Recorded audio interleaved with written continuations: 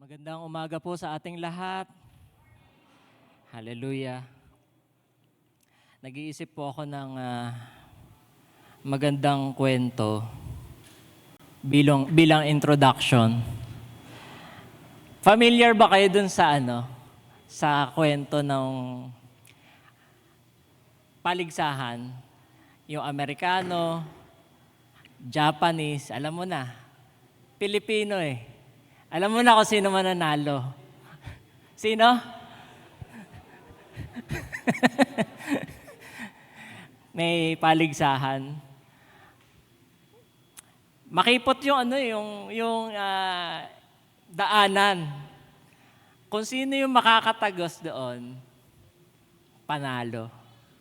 Eto na yung Amerikano. Sinukat niya. Grabe yung mga tools na ginamit niya. Talagang precise.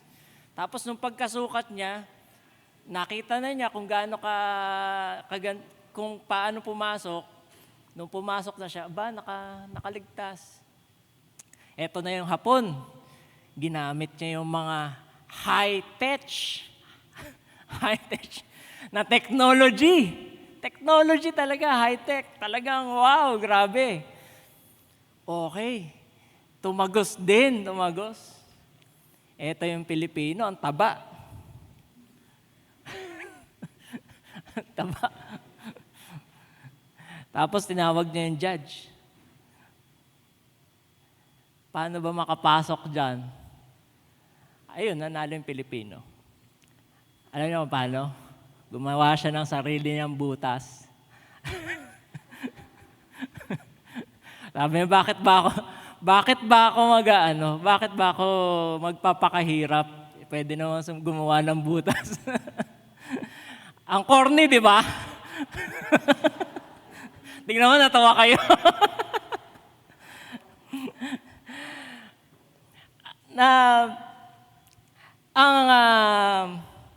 Ang ating topic for today ay pinamagatan ko pong, ligtas ka ba o kampante lang?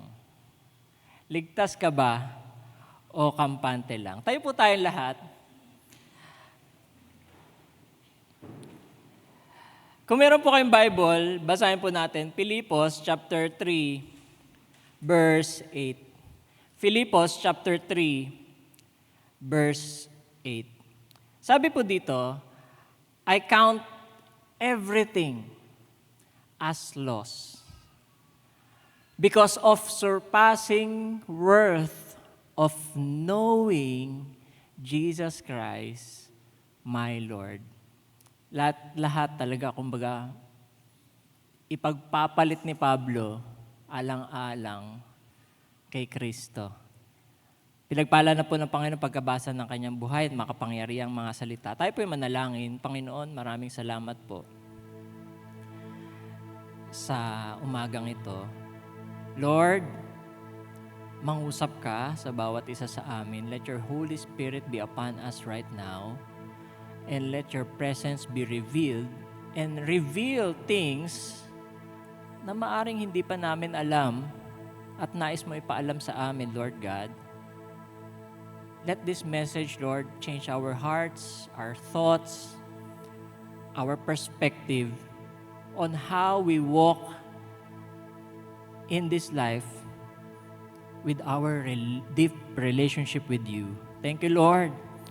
Salamat po, Panginoon. We give you back all the glory and honor. This we pray in the mighty name of Jesus. Ang lahat po ay magsabi ng Amen. Amen. Palakpakan po natin ang Panginoon. Hallelujah. Hallelujah.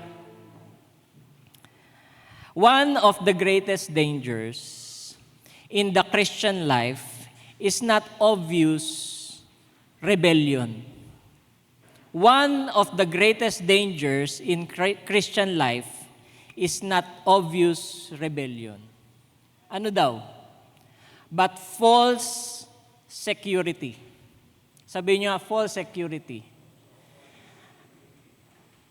It is when people feel, pagka nararamdaman nila, they were spiritually safe. Even though their confidence is resting on something other than Christ. Other than Christ. And malinaw po ang salita ng Panginoon pagdating po dito. And marami pong, maging mamaya, babasahin po natin yung reaction ni Jesus dito sa isang taong ito na nagtanong, konti lang ba talaga masisave? Meron nagtanong nun kay Lord konti ba magsisave? Mamaya basahin po natin. This evidence, okay, God repeatedly confronts people who had confidence in the wrong things. Ito pong mensahe na to, wag natin intindihin yung katabi natin. Sabi mo sa katabi mo, wala mo nang manggugulo. Sabi mo, saka wag ka matutulog kasi hindi kita guguluhin eh.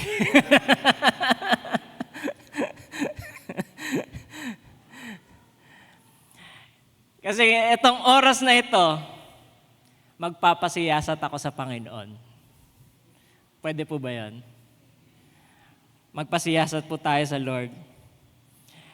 It is when people feel spiritually safe even though their confidence resting on something other than Christ. Pwede ba mangyari yon, Pastor? Pwede. Pwede po.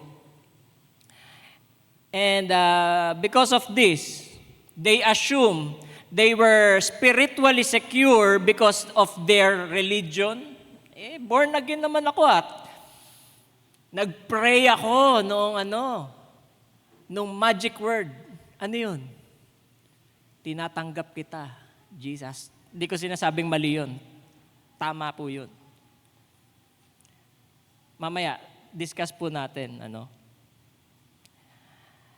Tradition. Nagsisimba naman ako Experiences or achievements rather than the genuine relationship with Christ. Tignan po natin yung mga ilang assumption, mga false assumption na nagpapakita, baka tignan po natin, baka ito rin kasi yung perspective natin kuminsan. Pagka tinanong ka, ligtas ka ba kapatid? Or mapupunta ka ba sa langit?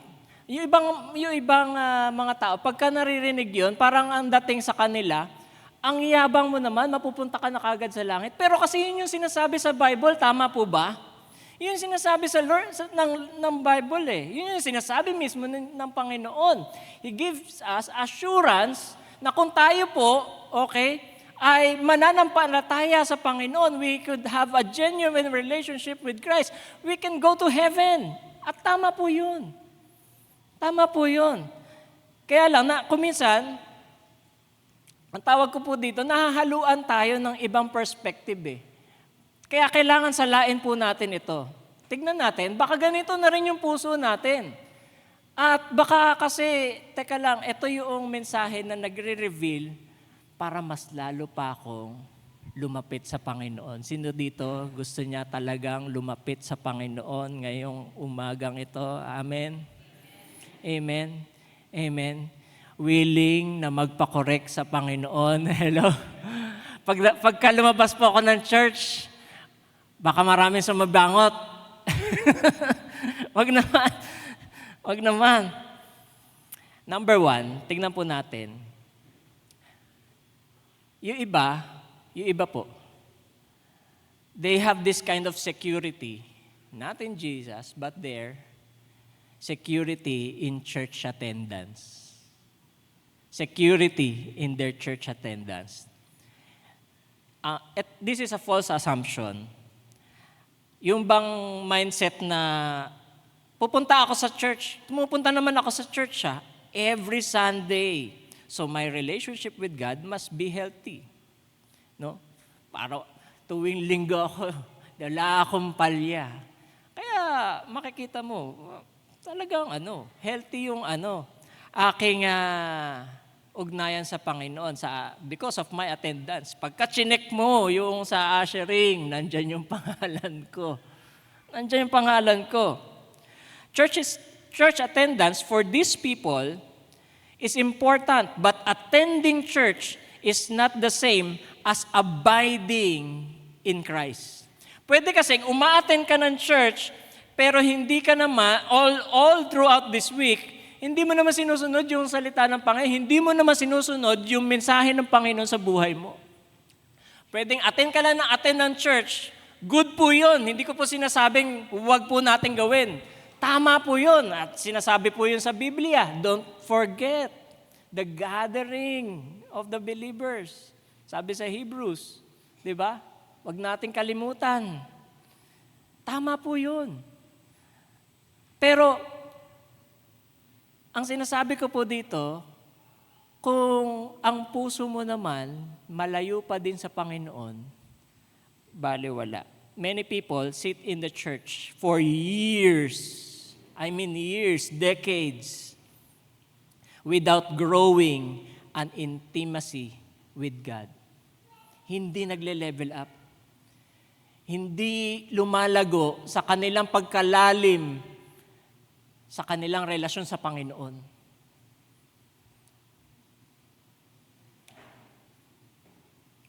And makikita natin yan sa Bible, yung mga religious leaders, ganun yung kanilang attitude. Ganun yung kanila attitude. Ang totoo po, church attendance is evidence of commitment. Tama naman. Commitment natin yon, but not the foundation of our salvation. Pangalawa, security in Christian knowledge. Security in Christian knowledge. Ito yung mga tao nagsasabi, I know the Bible. Alam ko salita ng Panginoon. Therefore, I know God. Alam ko Dito yan sa isipan ko. Alam ko kabisado ko yung mga verses na yan. Pwede kong, kumbaga, i-defend yung aking faith. Okay? Knowing the facts about God. Alam ko yan. But knowing this is not the same as knowing God personally. Magkaiba po yun. Iba yung alam mo, yung Diyos na sinasamba mo, iba din yung kilala mo yung Diyos na sinasamba mo. Bigyan ko po kayo ng example. Sino dito nakakakilala kay Manny Pacquiao? Hindi nyo kilala? Pakilala ko kayo. Actually, meron tayong pastor na pamangkin niya si Manny Pacquiao. Sabi ko nga, Pastor, parang ginagawa mo lang palengke yung sarangani. Parang pag ganun siya no? Kasi dumadalaw siya dun sa kanyang pamangkin. Pamangkin niya yung asawa. Yan. Pero, maraming nakakilala sa kanya. Maraming kilala siya by name. Nakikita niyo siya sa TV. Pero personally, kilala niyo ba siya? Kapag pumasok ka sa bahay niya, sa palagay mo, papasukin ka niya basta-basta. No? Halimbawa, doon ka na sa bahay ni Manny Pacquiao. Tapos, siyempre, may guard yun Medyo may guard Papapasukin kaya nun? Palagay mo. Ako kaya? Mukhang hindi. Hindi naman niya ako kilala Kilala ko siya, celebrity, di ba? Pero tingnan niyo po, kung yung anak niya kaya, no? O kaya kahit yung kakilala naming pastor na yon, no? Papapasukin siya. Why? Bakit? Kasi meron silang relationship. Kung yung anak niya, papasok sa gate, maglabas-pasok siya doon, okay lang. Kasi kilala siya ni Manny Pacquiao. Pamilya siya eh. Pamilya siya eh. Di ba? Ganon din sa presidente.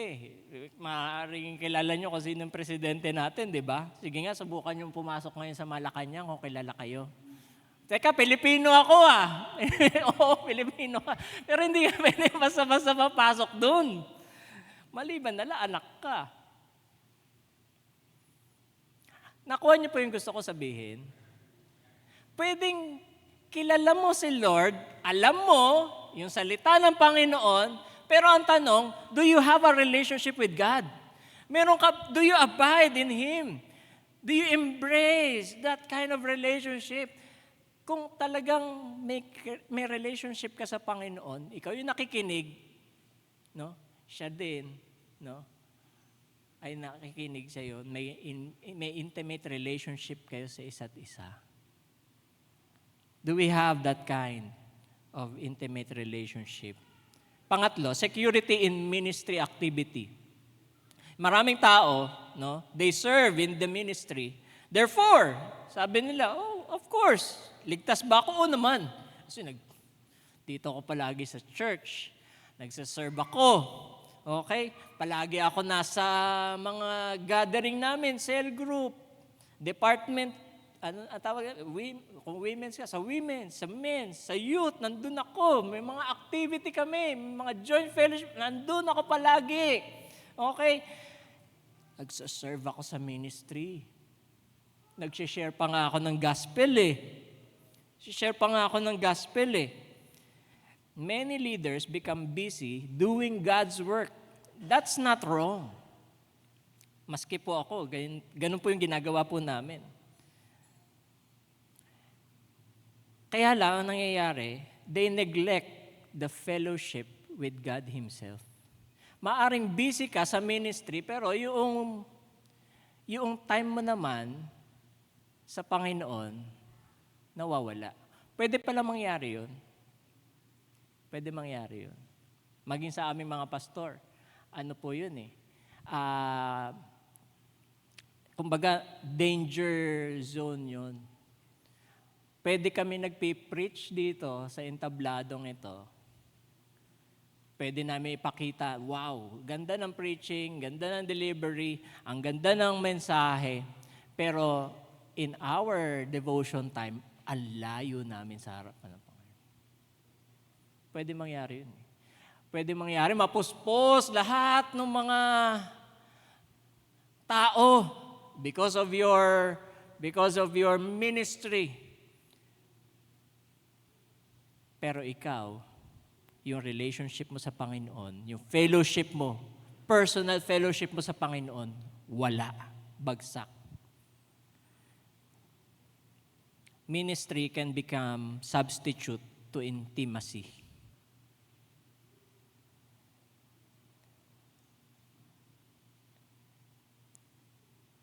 God desires communion before contribution. Ano pa? Security in the past experiences, spiritual experiences, or yung mga testimony. Meron akong encounter sa Panginoon for years. Na-encounter ko ang Panginoon. And many believers live on yesterday testimony. No? They constantly talk about what God did in the past. Okay lang po yun. But neglect walking with Him in the present. Parang ganito po. May ginawang miracle si Lord on your past. Halimbawa, sinustain ka niya sa iyong financial needs o kaya pinagaling ka niya sa matindi mong karamdaman and you testify it. Maganda po yun. Maganda po. At maraming nabibless kapag ka naririnig yung testimony mo kung paano kumilos si Lord, kung paano nag-miracle si Lord sa buhay mo. In the past. But in the present, wala. Nagdidrift ka na pala sa Panginoon. Todo yung pagte-testimony mo, mabuti si Lord, mabuti ang Panginoon, mabuti ang Diyos sa aking buhay, ganito ang ginawa niya sa akin noon. Pero yung ngayon, unti-unti nang nawawala. nawawala. Security in Christian family background. Ito po, ako po, katulad ko po. Alam niyo po, o hindi niyo po natatanong, family background ko po, ang mother ko po nandyan, mga ano po sila, ano po yung may uncle po ako, pastor, may lolo din po ako, pastor, no? At sa father side ko po, yung mga uncle ko rin doon, pastor, yan. At yung nanay at tatay ko, pastor. Ang nanay ko, parang ayaw niya, pero ganun yung service nila sa Panginoon. Naglingkod sila sa Panginoon. At lumaki ako dito sa simbahan na ito. Kaya marami po nakakakilala sa akin. At kumbaga parang maliit pa ako, baby pa lang ako, nandito na ako Nandito na ako. Saka pagka nandito ako, parang feel at home talaga ako. Kasi talagang dito ako nag-grow spiritually, dito ako, kumbaga parang sabi nga ng mami ko, diyan ka na matulog sa Bethel. Literally. Ako nandito sa church, nagpa-practice ako noon sa music ministry. I have a Christian family background, pero hindi yun yung license. Yung iba kasi parang, yung parents ko naman Christian, o yung environment ko naman Christian. Of course, kung tatanungin ka, ligtas ka ba? Oo, palagi ako. Yung environment ko, family ko nga Christian Sila nga nasa langit, ako pa kaya? Di ba? Yung mga lolo't lola ko nga nasa langit, ako pa kaya? No? And that is the false assumption of that. No one becomes a Christian by inheritance. No one. Hindi ibig sabihin na ang lolo at lola mo, okay, they live there, talagang namuhay sila na mayroong yung kanilang pananampalataya sa Panginoon, lumakad sila, and I want to witness that. Yung mga lolo at lola ko po, ganun talaga. They pray every day. Yung sa mother side ko, talaga nakikita ko sila, nagpe-pray sila, magkasama po sila. Napaka-sweet po noon ko na nakita niyo po sila, nagsisimba dito. Maging yung lola ko and the father side, no, talagang napaka-prayerful po noon. Minsan nagising po ako, pinagpe-pray niya ako. Nagpe-pray ako. And I believe they are in heaven. Pero for me, yes, they are in heaven, pero hindi yun yung kumbaga license para ako din, pagka dumating ako sa landlord, nandiyan yung lolo at lola ko, nandiyan yung tatay at nanay ko, papasukin mo ako, ligtas ako ligtas kasi sila. Kumbaga parang ganito May kakilala ako dyan Alam mo yun, pagka naglalakad ka ng mga documents mo sa gobyerno, di ba gano'n, no? Para mapadali, di ba? Kilala ko si ganito Ito yung pangalan niya, sabi naman ng guard, talaga? O sige, pasok ka na. Pasok ka na, di ba? Ang tawag doon? May tawag doon Padrino. Oo. Kumbaga parang ginagawa mo silang padrino. May ganun ba sa langit? May padrino rin ba? May ganun bang system? Iba yung system ng Lord That is just a false assumption. God has no grandchildren, only children. Ulitin ko ulit. Walang apo si Lord Lahat anak niya. Lahat ng makakasama niya sa langit, anak niya yun. At walang apo. Walang apo. Lahat, they are intimate with Him. Close relationship with Him. Children of God. Maybe nabasa ba kayo? You are grandchildren of God. Walang ganun. You are children of God. Yung iba po, ang security po nila is in their moral behavior. Ano ibig ko po sabihin? Mabait naman ako eh. Wala akong binabaliwalang batas. Wala akong hindi sinusunod na batas. Yan. Lahat ng policy, sinunod ko yan. Lahat ng mga rules and regulation, mabait ako. Mabait ako. Many compare themselves with other people, corrupt politicians, immoral people, and conclude they are acceptable before God. The problem is that God's standard is not other people.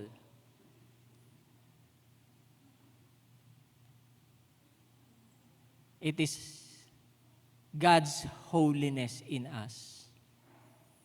Marami kasi sa atin, hindi, mas mabait naman ako kaysa sa kanya. Siya, nakapatay siya ng tao eh.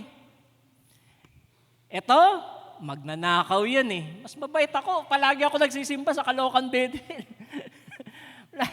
Palagi ako nagsisimba doon. Kesa naman sa kanya, hindi nga siya nagsisimba eh. Ako, palagi ako nagsisimba, umaattend pa ako ng gawain after service. Oo. Kesa naman sa kanya, bihira. Wala na siya sa church, nasa sabungan pa. Siyempre, kung ligtas ako, mas ligtas ako kaysa sa kanya. Ganun po ba yun? God's standard is not other people. Ayaw ng Panginoon, kino-compare natin yung sarili natin sa iba. God's standard is His holiness in us. Nananatili ba yung holiness ng Panginoon sa atin? We are saved by grace through faith in Christ, not by being better than others. Hindi ito, kumbaga parang pagalingan, pabaitan. Hindi.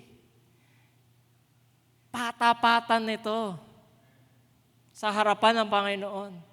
Tapat ba tayo sa Panginoon? Yung ating relasyon ba sa Panginoon? Okay. We are cultivating it. Do we cultivate that kind of relationship?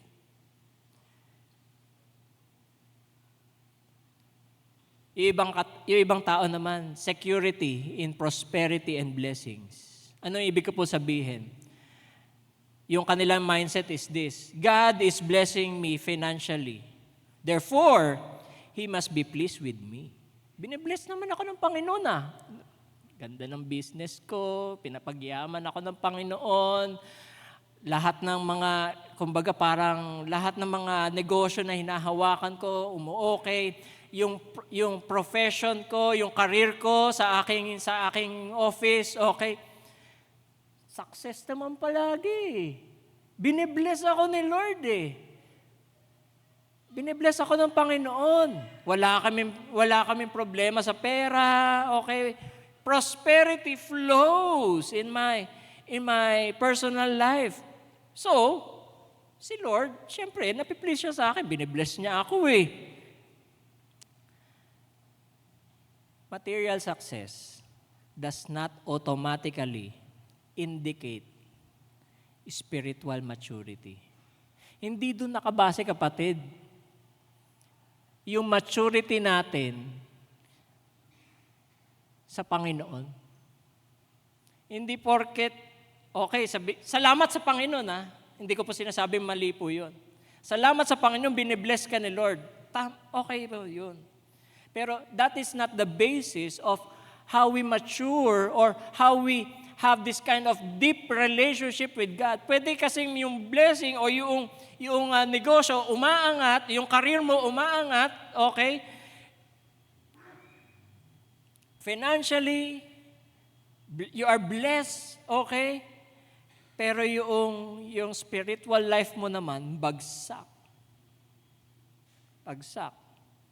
Pwede po mangyari yun. And sometimes, God blesses people out of His common grace, even when their hearts are drifting away. Pwede po mangyari yun eh.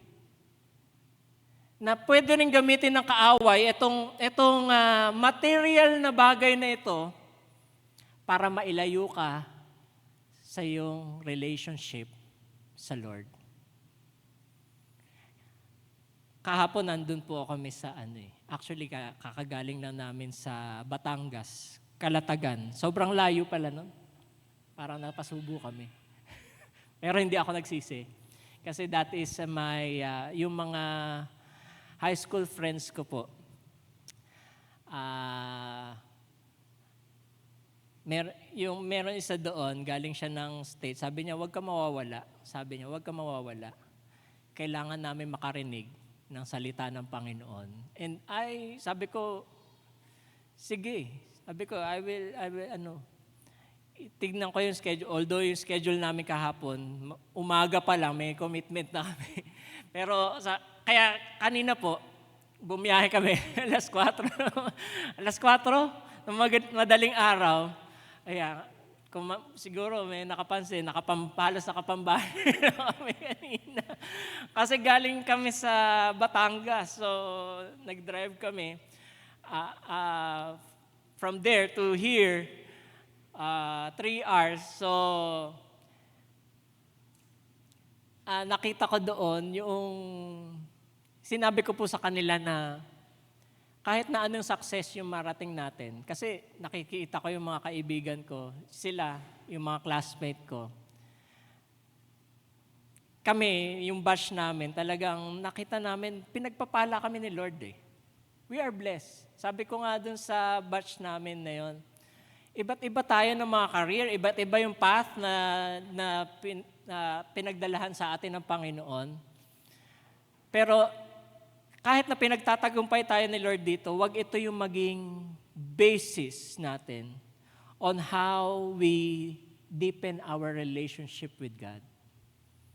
Wag mawawala yung itinanim sa amin. Kasi nag-aral po kami lahat sa Baptist, dyan sa IBA, tawag nila. Higher ground na ngayon. And doon po, tinaniman na kami ng salita ng Panginoon eh. At naniniwala ako kung bakit meron silang ganong puso din sa salita ng Lord is because nagbubunga kasi yung salita ng Lord sa puso ng tao eh. Hinahanap-hanap namin. That's why natuwa ako nung talagang nag-gather kami, parang Bible study or cell group, parang gano'n kami kahapon. Tapos na-enjoy namin yung fellowship namin, isa't isa, kumanta kami ng gospel music. Na-enjoy namin yung reunion namin. And yung sinabi ko rin sa kanila, sabi ko, wag yung success ang maging basis natin. Alalahanin natin palagi ang Panginoon. Alalahanin natin ang Panginoon. Security in religious tradition.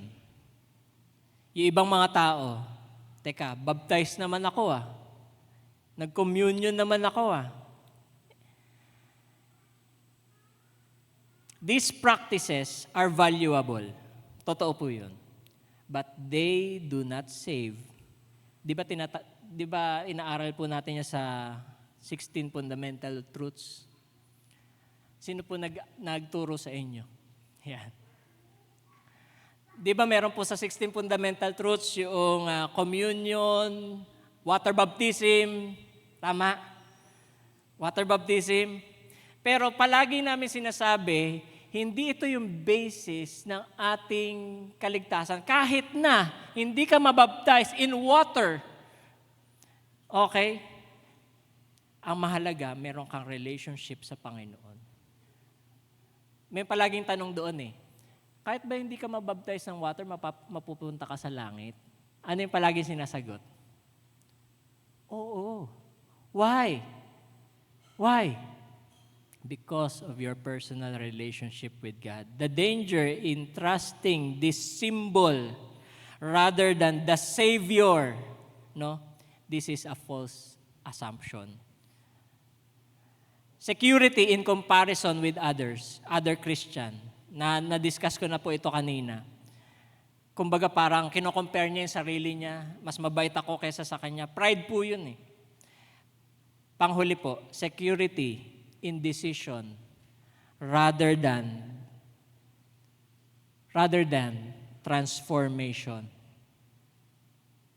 Nag-pray naman ako Nag-pray ako Nung magic word, ano yun? Tinatanggap kita, Panginoon, bilang Diyos at tagapagligtas ng aking buhay. Okay na, ligtas na ako. Ligtas na ako. Tama po yun. Hindi ko po sinasabing mali. Tama po yung Lord's Prayer na yun. And I want to invite, kung meron man dito, hindi pa niya tinatanggap ang Panginoon bilang Diyos at tagapagligtas, this is the right time. This is the special time for that. Pero hindi doon natatapos yun, kapatid. Yes, you have that kind of prayer, but you must continue. Sabi mo sa katabi mo, dapat magpatuloy ka. Huwag ka matulog. Sorry. Dapat magpatuloy ka. Lagyan mo pamewang. Kasi kuminsan, nagiging agimat ba? Teka lang, nag-pray na ako ng magic word. Maliligtas na ako. Ano man mangyari, kahit na mag-iinom ako dyan, kahit na magsugal ako dyan, nag-pray na ako Tinanggap ko na si Lord Doon ba natatapos yon? Security in decision rather than transformation. God is looking for transformation in our life. The issue is whether Christ is transforming their life. Nagpapatransform ka ba sa Panginoon? Nagpapabago ka ba sa Panginoon? Willing ka ba magpakorek sa Panginoon? Kahit na meron kang, sabihin natin, mga flaws in your life, willing ka ba i-surrender yan sa Lord? Kung hindi mo sinusurrender yan, kapatid, walang transformation. Walang transformation. Mahirap po yun. Yes, sabihin natin, tinanggap mo si Lord, pero hindi doon natatapos yun. Magpatuloy ka, kapatid. Saving faith is not perfect faith, but it is a living faith. Living faith. Dapat pinapamuhay mo yung kaligtasan na tinanggap mo. Hindi lang basta tinanggap mo siya, yes, that is initial, pero dapat you have to live with it. Basahin po natin, Luke chapter 13, verse 22 to 30. Luke chapter 13. At siguro ito po yung makikita po natin on how Jesus confronts this. Kasi yung mga Hudyo, meron silang ganitong mindset May ganito silang mindset. Hudyo ako, Israelite ako, meron na akong seat, meron na akong upuan doon sa langit. Makikipag-dine ako sa Diyos, sa tunay na Diyos. Yun yung palagi sinasabi nila. In the time of Jesus, ganun yung kanilang heart. Ganun yung kanilang puso. Special ako. Bayan kami ng Diyos. Naniniwala kami sa Diyos na makapangyarihan. Totoo naman. At si Jesus yun Pero hindi sila naniwala kay Jesus. Pero may nagtanong. Tingnan niyo po. When Jesus went through the towns and villages teaching, as He made His way to Jerusalem, verse 23, ano yung sinabi? Someone asked Him, Lord, are only a few going to be saved? Konti lang ba talaga yung masasave? Siguro, naririnig niya si Jesus, nagpipreach di ba? About kung sino talaga yung tunay na maliligtas Itong taong ito, siguro, curious siya Meron bang, konti lang ba talaga masasave? Tignan niyo po answerable po ito, yes or no lang. Pwedeng sagutin ng Panginoon, yes or no. Tama? Pwede. Meron bang, konti lang ba magsisave? Oo, hindi. Oo, konti lang. Pero hindi. Tingnan niyo po sagot ni Jesus. How Jesus responds to this question. Verse 24. Anong sabi ng Panginoon? Sinagot siya ni Lord, make every effort to enter the narrow door. Naalala niyo po yung corny kong joke kanina? Hindi na naalala, no? Corny kasi. Merong papasok, di ba, makipot yung daan. Gumagawa siya sarili niyang daan. No? Pero ito, napakakipot ng daan. Anong sabi ng Panginoon? In the narrow door, sabi niya, strive, make effort to enter through the narrow door because many, I tell you, will try to enter and will not be able to. Maraming gustong pumasok, pero maraming hindi makakapasok. Saan nanggagaling yung question? Doon sa ganong mindset, Hudyo ako eh. Meron na akong seat dyan. Tingnan niyo po, ano pa sinabi ng Panginoon. Once, ito na yung parable. Sabi nun, once the owner of the house gets up and closes the door, you will stand outside, knocking and pleading. Sir, open the door. Open the door for us. Dito po, pwede natin, can we agree on this? Sabi dito, yung owner o yung master of the house. Can we agree? Kasi mga parable, meron po yung mga merong specific person na talagang tinutumbok lahat yung mga parable ni Jesus. Tama? Yung owner dito, si Lord. Tama? Ang Panginoon. At kapag sabi niya dito, kapag sinarado niya yung pinto, meron pa rin nagpi-plead. Sabi niya, Sir, buksan mo naman yung pintuan. No? Anong sabi pa nun sa verse 25? But he will answer. Ang sakit nito, no? I don't know you. Di kita kilala. Bakit kita pagbubuksan ng pinto? I don't know you or where you come from. Saan ka ba galing? Parang talaga hindi niya kilala. Pero sumagot pa yung nandun eh.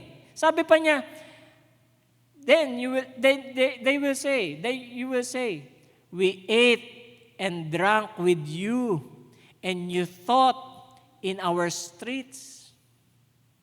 Dito natin makikita. Itong master na ito, itong owner of the house na ito, he can fellowship with everyone. Hindi lang siya yung nasa loob ng bahay, he can fellowship with everyone.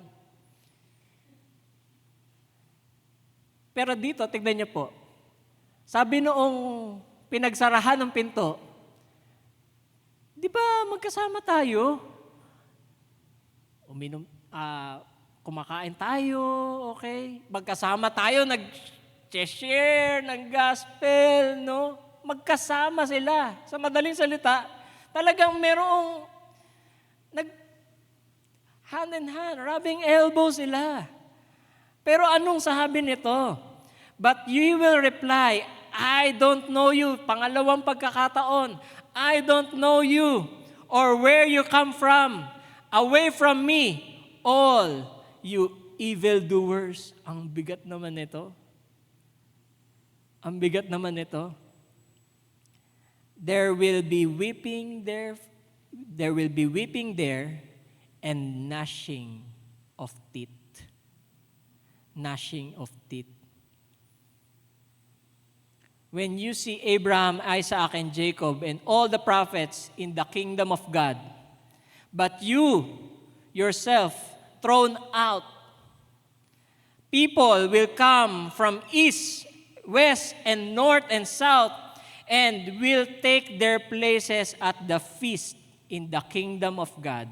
Indeed, there are those who are last, who will be first, and first, who will be last. Ano po yung makikita po natin dito sa parable na ito? And to relate all those things na perspective na pinakita ko po sa inyo. Ito po yung security nila is on their inheritance. Their promise kay Abraham, Isaac, and Jacob, may promise si Lord sa kanila at totoo naman po yun. Kumbaga meron talaga silang seat. Meron talaga silang seat doon. Special seat for them. At kumbaga nung nagtanong sila kay Jesus, nagtanong siya kay Jesus, parang ganito yung kanyang mindset eh. Pero sinagot ng Panginoon, hindi ganyan yung mindset na hinahanap ko. Hindi ganyan yung puso na hinahanap ko. Hindi ganyan. The deepest false security is this. I am trusting in something I have done instead of what Christ has done.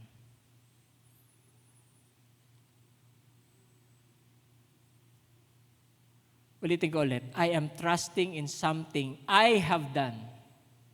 Ito kasi yung mindset nila. Teka lang, mabait ako, sinusunod ko yung law of Moses, okay? Sinusunod ko yung Torah. Yan yung mindset nila eh. Yan yung mindset nila. Kaya nung nagtanong sila kay Jesus, ito yung sinagot ni Lord. Hindi. Oo, maganda, sundin yung batas, pero dapat meron kayong relationship with me. Yun yung sinasabi ng Panginoon dito eh. Look at this. The gospel continually calls us away from confidence in what? In our false security. Our deepest false security is this. I am trusting in something I have done instead of what Christ has done. That is the false security. Kapag kaganyan na yung mindset natin, mali po yan, kapatid. The gospel continually calls us away from confidence in what? Religion. Ano yan? Religion. Sige, kapatid. In religion, performance, ministry, knowledge, tradition, experience. Maging ito, kinonfront ng Panginoon. Kung mapapansin po natin, yung religion natin, tayo yung gumagawa nun eh. Yung performance natin, yung pagsaserve, tayo rin yung gumagawa nun eh. Ministry, knowledge, tradition, hindi doon nakabase yung pananampalataya natin. Hindi doon nakabase yung ating security sa ating kaligtasan. Our confidence is in Jesus Christ alone. Amen. Sa Panginoon lamang. Wala nang iba. Yung iba kasi yung security nila sa mga bagay na ito eh. Pero hindi. Hindi dyan, kapatid. Ibalik natin yung mindset natin sa Panginoong Jesus.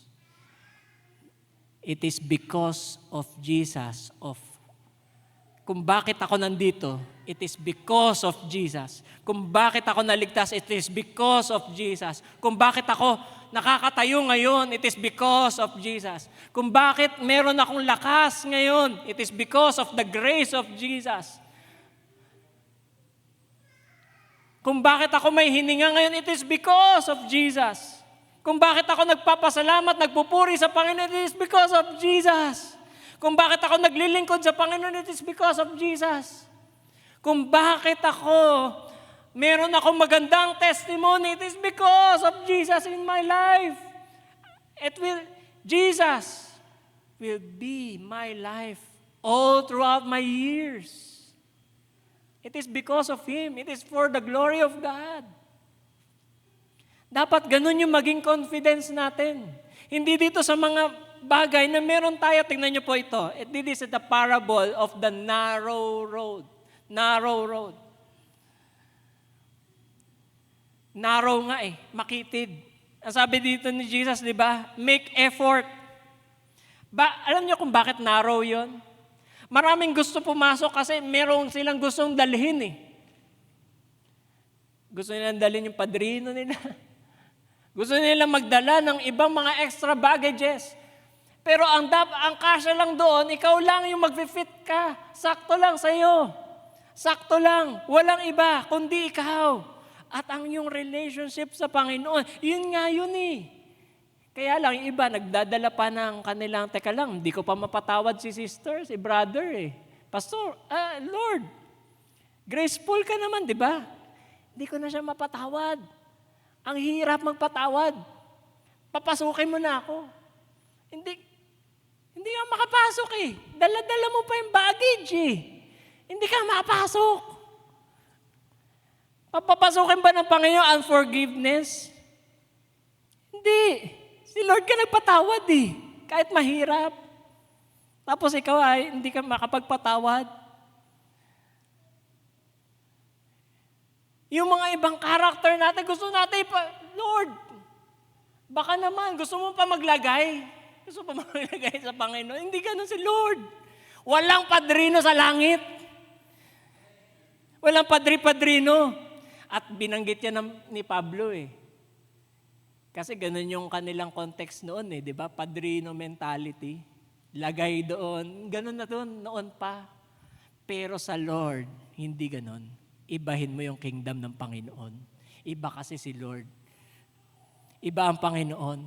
Dapat ang confidence natin sa Kanya lang. Sa Kanya lang.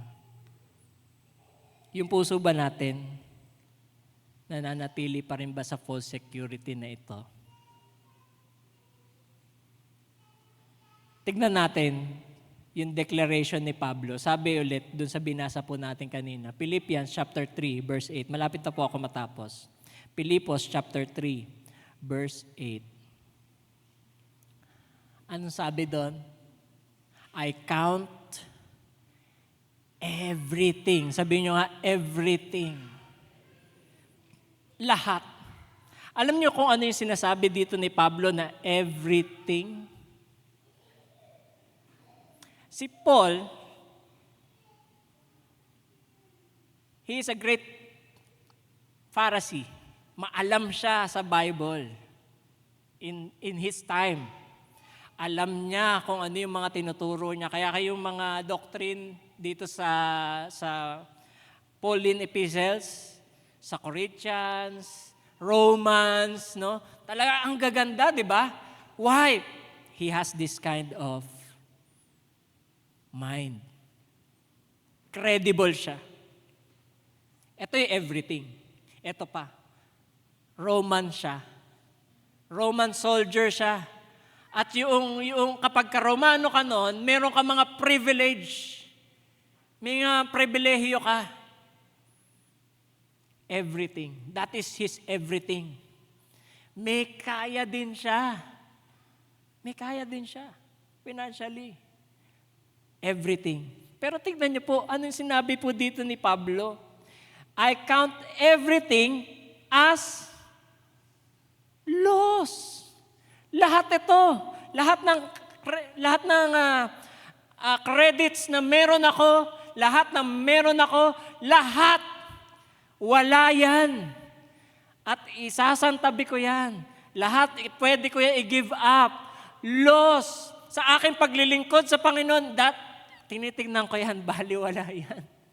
Kung ikukumpara ko yan sa ginawa ni Kristo sa aking buhay. Kaya sinabi niya dito, because of the surpassing worth of knowing Christ as Jesus, as my Lord. Tignan niyo po ito. Sabi niya, my Lord, my personal po ito. Hindi siya na-inherit na, teka, lolo't lola ko, Christian. Hindi, sabi niya, my personal Lord. Personal si Lord sa kanya. Diyos siya. At naging Diyos siya ng kanyang buhay.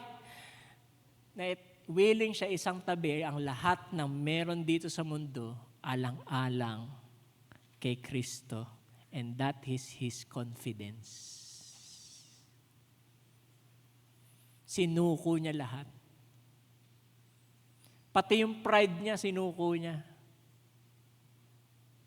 Paano ko nasabi? Nung si Paul po, pinopersecute niya yung mga Christian noon. Dahil alam niya, tama siya di ba? Pero binaba siya ng Panginoon. Na-encounter niya si Lord noon. Na-encounter niya ang Panginoon. Ito na yung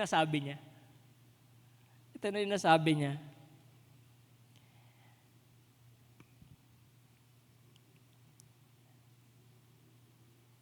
Now,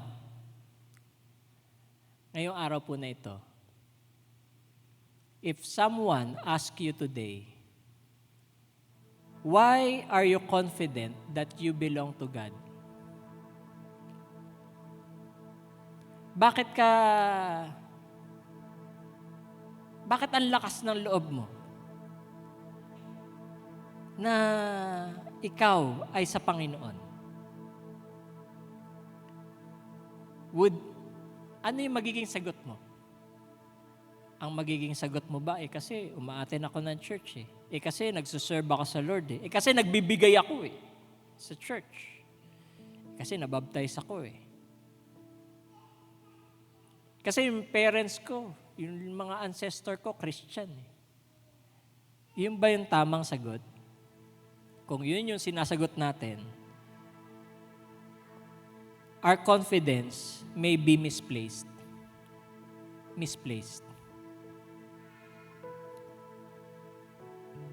Pero kung ang sagot po natin, kapatid, because Jesus Christ died for my sins, rose again in the third day, and I am trusting Him and Him alone, then we are standing in the only foundation that can never fail.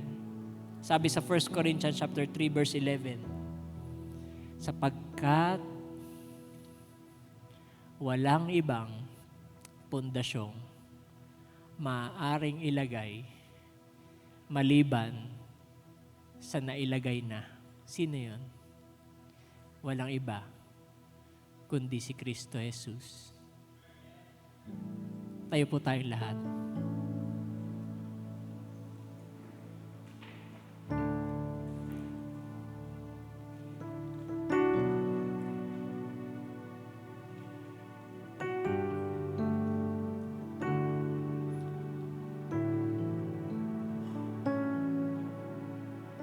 I hope sa bawat isa sa atin,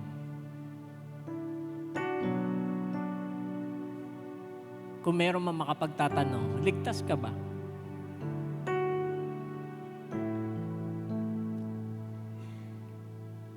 Masagot po natin yan ng buong buo.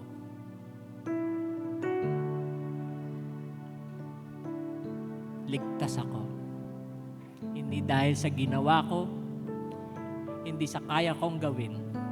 Kasi kung ako lang, hindi ko kayang iligtas ang sarili ko. Ligtas ako kasi may ginawa si Kristo sa buhay ko. Naalala ko tuloy yung isang pastor, nag-preach siya.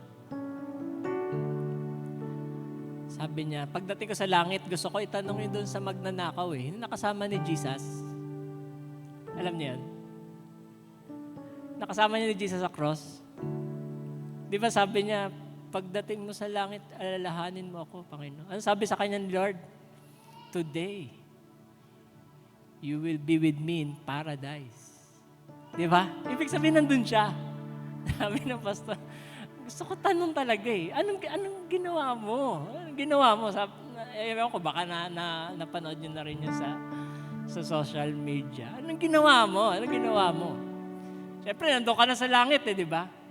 Sabi niya, siguro in-interview rin raw siya ng anghel nung papasok na siya. Teka, di ba criminal to? Criminal siya di ba? Kaya siya nandun sa krus Alam mo ba yung 16 fundamental truths? Sabi nung magnanakaw, di ko alam yan Ano ba yun? Alam mo ba yung 4 cardinal doctrines. Hindi ko alam yan. Alam mo yan. Umattend ka ba ng men's fellowship? Anong fellowship yun? Anong fellowship eh? Umattend ka ba sa Caloocan Bethel? Umattend ka ba ng mga gawain? Synagogue, di ba? Umattend ka bang ganun? Sabi siya. Tinawag ng anghel yung supervisor niyang anghel. Sabi niya, problema tayo. Criminal to eh, bakit nandito? Sabi nung anghel na supervisor, supervisor na, hindi niya, papapasukin ba yan? Hindi. Sabi niya, bakit ka nandito? Hindi ko alam bakit ako nandito. Pero isa lang ang dahilan. Kasi sabi nung nandun sa cruise na kasama ko, pwede ako pumasok. Pwede ako pumasok. And yun lang, kapatid. Kasi sabi ni Jesus He died for my sins, kapatid, in our behalf. He rose again. He rose again. Wala tayo. Dapat tayo yun nandun. Dapat tayo yun nandyan. Dapat tayo yun. Dapat tayo yung mamatay. Dapat diretso tayo sa impyerno. But because Jesus did this, that is the only reason that we can be saved. Kapatid, meron po ba dito nais niyang tanggapin ang Panginoon bilang Diyos tagapagligtas? I want to invite you, lapit po kayo dito sa harapan.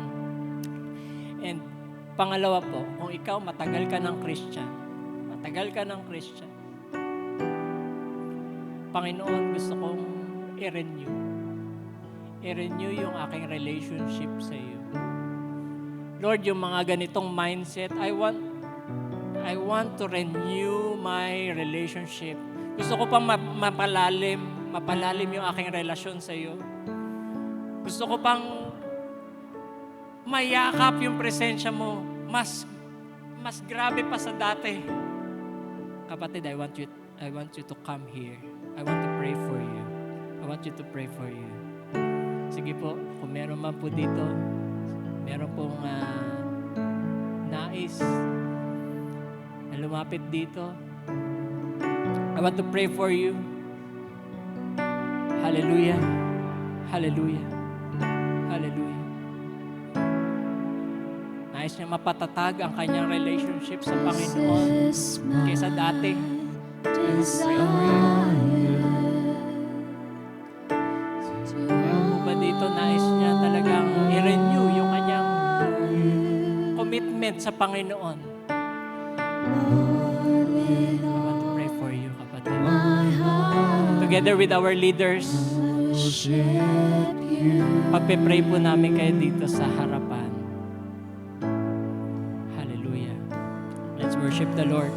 All I have within me,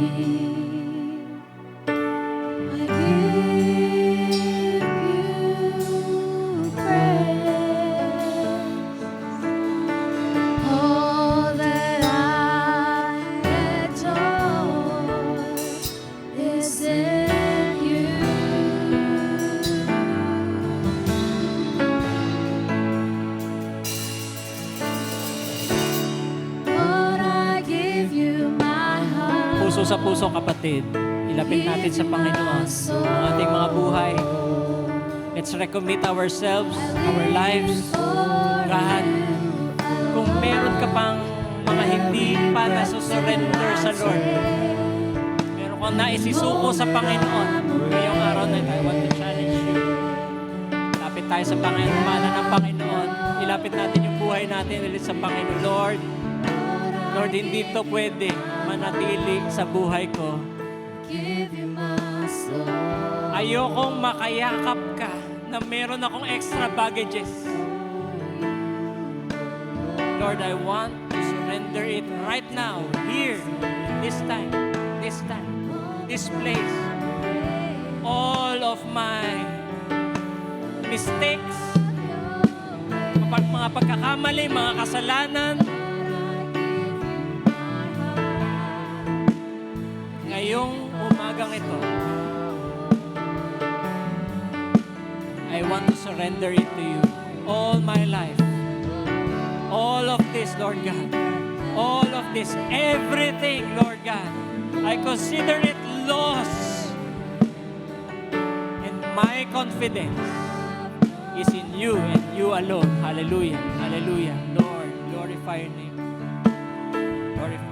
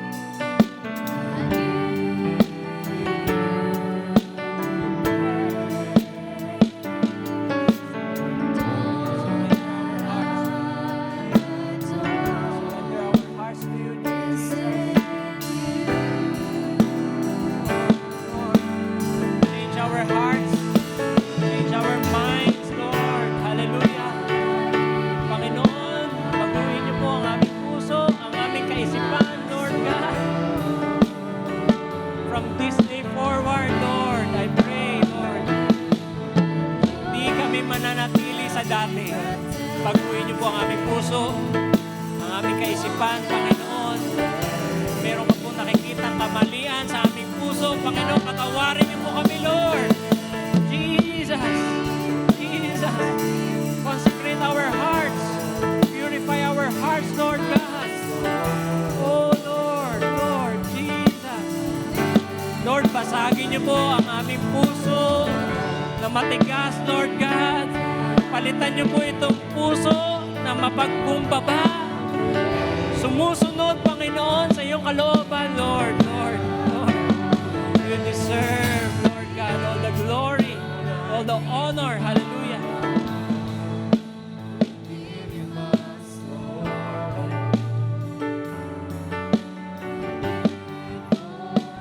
Oh, Lord, hallelujah, hallelujah. Sige po, sambahin po natin ang Panginoon. Panginoon, kung meron ka pa nakikita ang kamalian sa aming puso at kaisipan, continue to change our hearts, our minds, our soul, Lord God. Oh Lord, reveal, Lord God, reveal these things to me. I-reveal niyo po sa bawat isa sa amin kung ano pa yung kailangan naming isuko sa iyo, Panginoon. On this altar, Lord God, let your presence, Lord God, reveal our lives. Panginoon,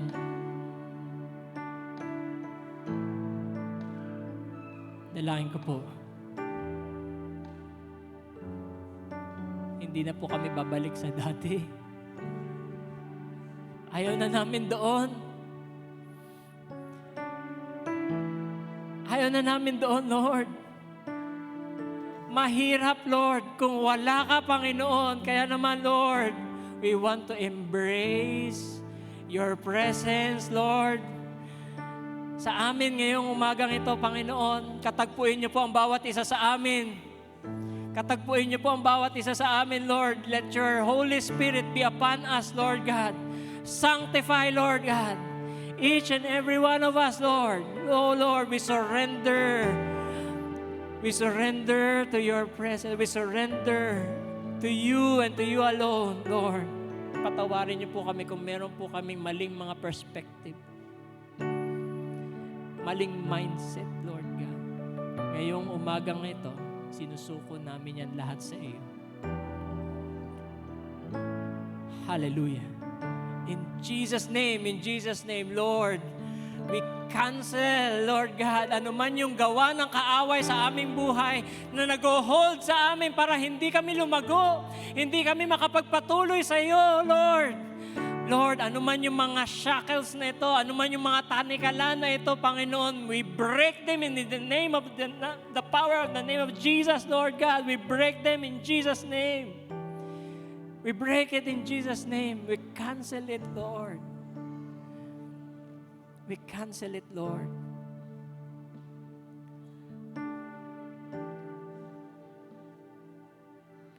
Kung ang health po namin, Panginoon, kung meron may karamdaman dito, Lord, I pray, pagalingin niyo po sila sa pangalan ni Jesus. Cancer, in Jesus' name, tanggalin niyo po ito sa pangalan ni Jesus. Sa iyong mga salita, Lord, sinabi mo, by your stripes, we are healed. We are healed and we claim that.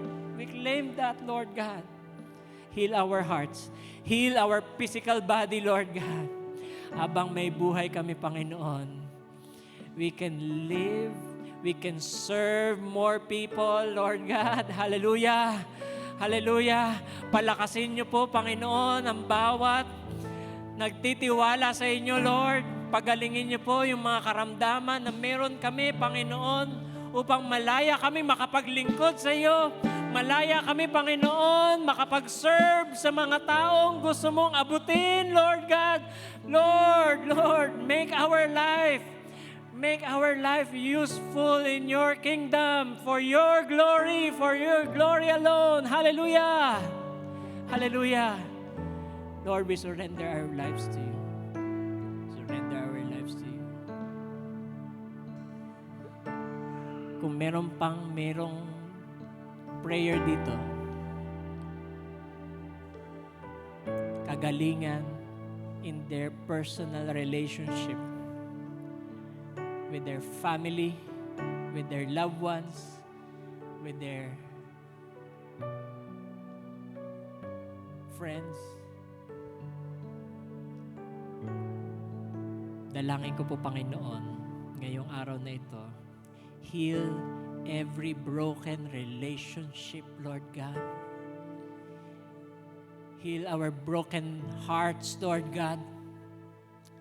Panginoon, yung mga unforgiveness, Lord Jesus. Sige po, kapatid, isuko natin yan. Isuko mo yan, kapatid, sa pangalan ng Panginoong Jesus. Mga unforgiveness, hindi mo mapatawad. May mga tao kang hindi mapatawad. Ngayong umagang ito, I want to challenge you. Nakikinig si Lord. Nakikinig ang Panginoon. Lord, I pray for healing, Lord God. Broken relationship in Jesus' name. Heal us, Lord. Heal our hearts. Lord, masakit. Pero Lord, Ikaw yung Diyos na hindi lang nagpapagaling ng pisikal na katayuan, kundi ang puso din namin, Panginoon. Pagalingin niyo rin po, Panginoon, ang aming mga puso. Buuin niyo po yung mga relasyon na wasak.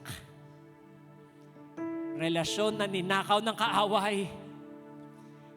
Panginoon, ibalik niyo po ito, Lord God, in the name of Jesus, Lord. In the power of the name of Jesus, I pray, hallelujah, in this day forward.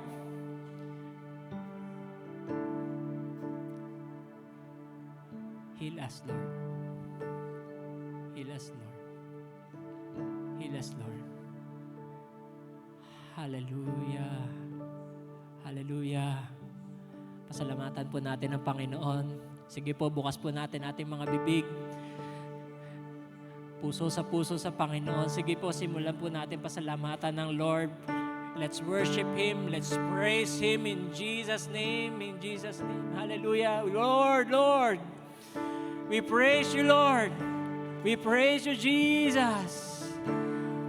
Karapat dapat kang sambahin, papurihan, Panginoon. Ibalik niyo po uli yung aming lakas ng loob hindi sa aming kayang gawin, kundi sa iyong ginawa sa aming buhay. Thank you, Jesus.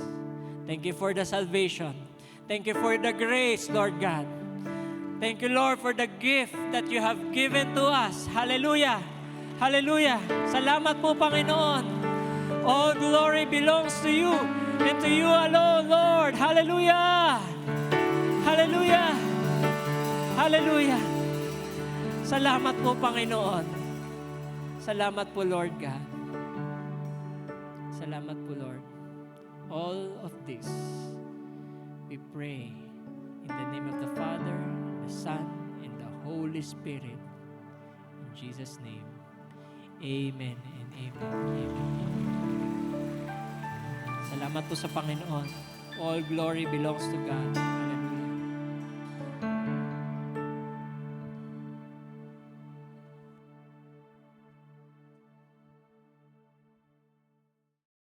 Let us pray. Hallelujah. Hallelujah. Hallelujah. Patuloy kami lumalapit sa inyo, Panginoon, aming Amang Diyos na sa langit. Sa pagtatapos ng aming gawain sa umagang ito, patuloy kami lumalapit na may pagpapasalamat, Panginoon Diyos. Salamat po, O Diyos, sa kaligtasan na aming natamo, Panginoon. Napaka-importante. Salamat po sa paalala niyo sa umagang ito sa inyong mensahe, Panginoon. Na ikaw pa lang, Panginoon Jesus. You are the only name, the only foundation that we have, Panginoon. Salamat po kung nakakagawa ka, naging parte kami ng magawain. Salamat kung nakakapag-contribute kami, Panginoon, sa iyong kaharian. Salamat, Panginoon, kung may mga pagpapala. Salamat sa mga biyaya, Panginoon. Salamat sa lakas na meron kami. Salamat sa trabaho, Panginoon. Salamat sa mga biyaya mo sa amin. Pero Lord, salamat sa iyong paalala sa amin, Panginoon, sa umagang ito. Ikaw at ikaw lamang, Panginoon, aming ugnayan sa inyo, Panginoon, ang pinakamahalaga, Panginoon.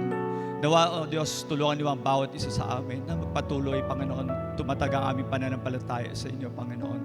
Lord, tulungan mo kami, Panginoon, na mamuhay ng kalugod-lugod sa iyo at may kabanalan, Panginoon. Lord, palalahanan mo ang bawat isa sa amin, Panginoon. Ugnayan ang nais mo, connection sa iyo, Panginoon. At tuwa sa tulong at biyaya mo, Diyos Banal, Espiritu Santo, na laging, Panginoon, nangungusap sa amin. Kami lalalim, Panginoon, sa aming ugnayan, Panginoon. Lord, salamat po dahil napakabuti mo sa bawat isa sa amin. Salamat sa kaligtasan. Salamat kinatagpo mo kami. Salamat hindi mo kami sinukuan, Panginoon. Lord, thank you. Thank you for heaven. Thank you for the eternal life, Panginoon. Thank you for your presence, Panginoon. Lord, salamat po, Panginoon, O Diyos, sa iyong mensahero, Panginoon, sa umagang ito, na nagpapatuloy, nagtatapat sa iyo, Panginoon, para magamit, makasangkapan mo, Panginoon, upang kami palalahanin na patuloy na maging matatag, Panginoon, at magpatuloy sa iyo, Panginoon. Lord, pagpalain mo siya, ang Pastor Franz, sa puna kanyang pamilya. At patuloy, Panginoon, lubago ang iglesia, Panginoon, na iyong pinagkatiwala sa kanya, Panginoon. Salamat po sa buhay niya, Panginoon, O Diyos, at marami pang, Panginoon, makakilala, Panginoon, sa kanyang patuloy na maglilingkod sa inyo, Panginoon. Maging sa bawat isa sa amin, O Diyos, sa umagang ito, Panginoon, ay patuloy kaming lumalapit na may pagpasako, pagpasalamat, Panginoon, sa inyo, Lord. Tulungan mo kami, Panginoon, sa araw-araw naming pamumuhay, Panginoon. Kung may mga kabigatan, Panginoon, alam namin sa iyo, may kapahingahan, may kagaanan, Panginoon. Sa mga may suliranin, Panginoon, alam namin ikaw ang aming handang saklolo. You are just a prayer away. Salamat po, ikaw ay tapat at ikaw ay dakila at ikaw ay makapangyarihan sa lahat at walang imposible sa iyo. Salamat po, Panginoon, sa katulad ng aming panalangin kanina, ng mga relasyon, Panginoon, na kailangan ayusin. Alam namin, nariyan ka lang, Panginoon, para kami tulungan, Panginoon. At udyokin mo, Panginoon, bawat isa sa amin na laging lumalapit, Panginoon, laging nananalangin, at laging nakikinig sa iyong mga salita, Panginoon. Lord, thank you for everything, Panginoon, sa aming pansamantalang paghiwa-hiwalay, Panginoon, sa umagang ito. O Diyos, dalangin namin ang patuloy na pag-iingat mo, Panginoon. Pagpalain niyo po ang bawat isa sa amin, maging aming trabaho, negosyo, at aming hanap buhay, Panginoon. Lord, bigyan mo kami ng kalakasan sa araw-araw upang magawa namin, Panginoon, paglingkuran ka habang pinaglilingkuran ng mga tao, mga pamilya namin na pinalibot mo, Panginoon, sa amin, Panginoon. At sa bawat isa sa amin, O Diyos, kasangkapanin mo upang maraming kaluluwa pa makakilala sa inyo, Panginoon, sa biyaya at tulong mo, Panginoon. Salamat po for all you have done for us. This is the least that we can do for you to serve you faithfully by your grace and with your empowerment, Holy Spirit. Salamat po, Panginoon, sa iyong papuri, sa iyong kaluwalhatian, sa iyong karangalan. Ito ang aming sama-samang panalangin sa pangalan ni Jesus na aming Panginoon at pagligtas. Amen at amen. Taas po natin ating kamay. Hallelujah. Taglayin po ng bawat isa ang basbas at pag-ibig na ating Diyos Ama sa langit, biyaya at patuloy na pagliligtas at pagpapagaling ng Diyos Anak. Pakikipisan at gabay ng Diyos Espiritu Santo ngayon at magpakailanpaman. Amen and amen. Pagpalain po tayo ng Panginoon. Have a blessed Sunday po.